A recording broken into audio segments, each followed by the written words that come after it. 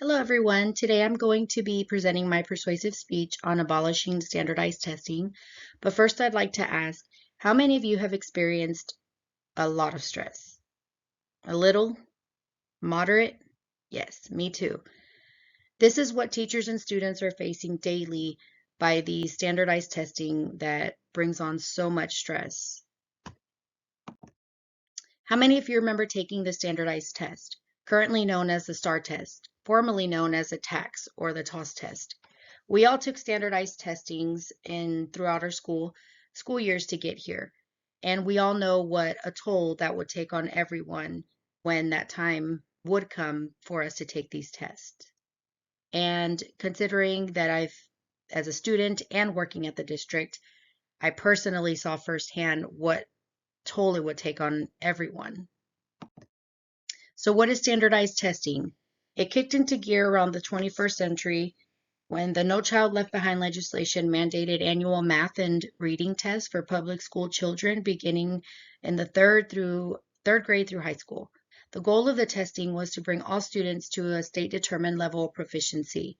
Since then, the standardized testing has become a central and crucial part in the education system and as a tremendous effect on the academic path of our students.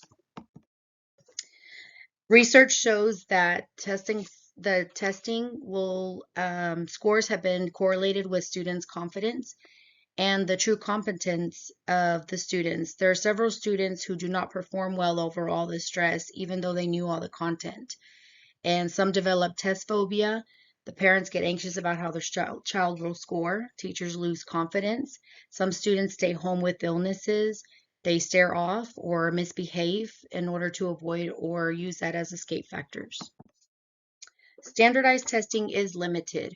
It does not give accurate measure or accurately measure students' learning and growth. The scores on the test do not correlate with the student's ability to think. How this data is used. For teacher accountability, 40% of their evaluations come from the students' scores. That's risk of losing their job. Low scores equal bad grade on accountability ratings for schools and districts. That's the risk of losing funding and possible school closures. It addresses only a fraction of the students' needs. The time, money, and resources.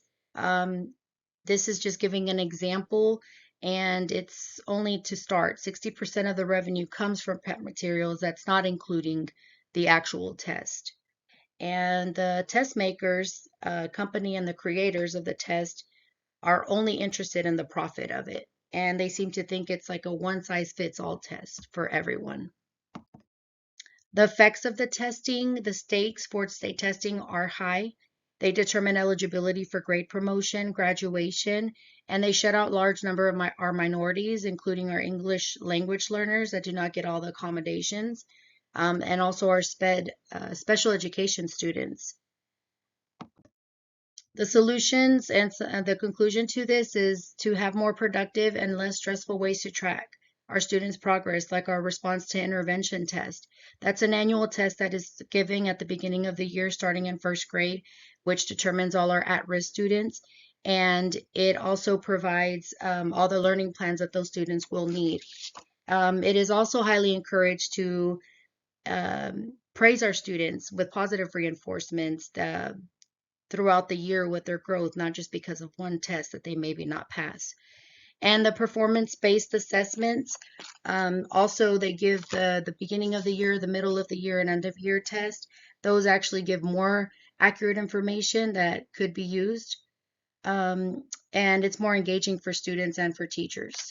So overall, the government and schools are not considering how the standardized testing negatively affects the students.